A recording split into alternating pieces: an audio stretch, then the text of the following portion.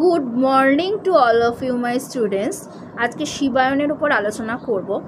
1680 থেকে 1712 খ্রিস্টাব্দ এই সময়কাল ধরা হচ্ছে প্রকাশকাল।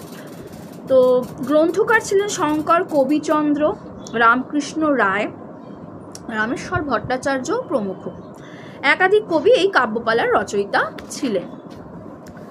শিবমঙ্গল বা শিবের মাহাত্ম্য জ্ঞাপক কাব্যপালা হলো গ্রন্থরূপ বিষয়।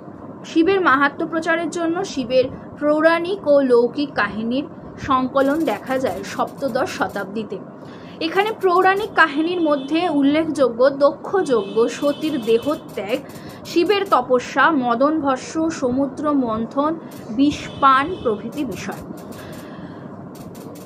লৌকিক অংশে আছে শিবের গৃহস্থালী, চাষবাস, মাছ ধরা উপলক্ষে বাগদিনীর সঙ্গে অবৈধ সম্পর্ক স্থাপনের প্রয়াস, পার্বতীর সঙ্গে কলহ, পরে শাখারি ছদ্মবেশে শাখা পড়াবার ছলে উভয়ের মিলন ইত্যাদি অংশ। এছাড়া কবিরাও নিজস্ব প্রতিভা বলে কিছু কিছু অংশ যোগ করেছেন, যেমন রামেশ্বর ভট্টাচার্যের শিব সংকীর্তন কাব্যের 7টি পালায় আছে উৎপত্তি বর্ণনা, অন্ধবধ, উষা অনিরুদ্ধের প্রেম কাহিনী, বানরাজ ও কৃষ্ণের যুদ্ধ, হরিহরের সখ্য প্রভৃতি অংশ।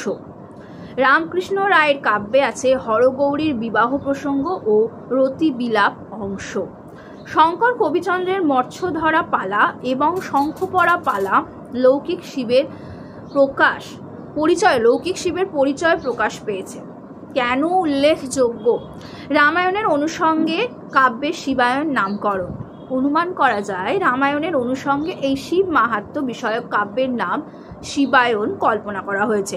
রামেশ্বরের পুঁথিতে আছে শিব সংকীর্তন নাম শিবায়ন নয়। রামকৃষ্ণের পুঁথিতেও শিবায়ন নাম বিরল দৃষ্ট। পরের পয়েন্ট হলো পৌরাণিক ও লৌকিক উপাদানের সমন্বয়।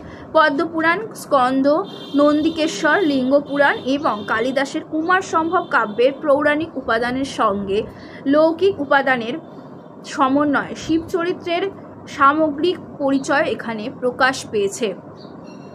প্রথম গদ্য ব্যবহারের দৃষ্টান্ত এখান থেকে পাওয়া যায়। পয়ার ত্রিপদীতে কাব্য রচনা করলেও রামেশ্বরের রচনায় পরিচ্ছন্ন অন্বয় এবং স্বাভাবিক বাক্যবিন্যাসে গদ্য ব্যবহার প্রথম থেকেই দেখা যায়, যেটা আধুনিক যুগের পূর্বে। যেমন মহিষ পর্বে গিয়ে পূর্বকল্পের কথা ক্রৌঞ্চকে কহিতেছেন, অবধান করহ।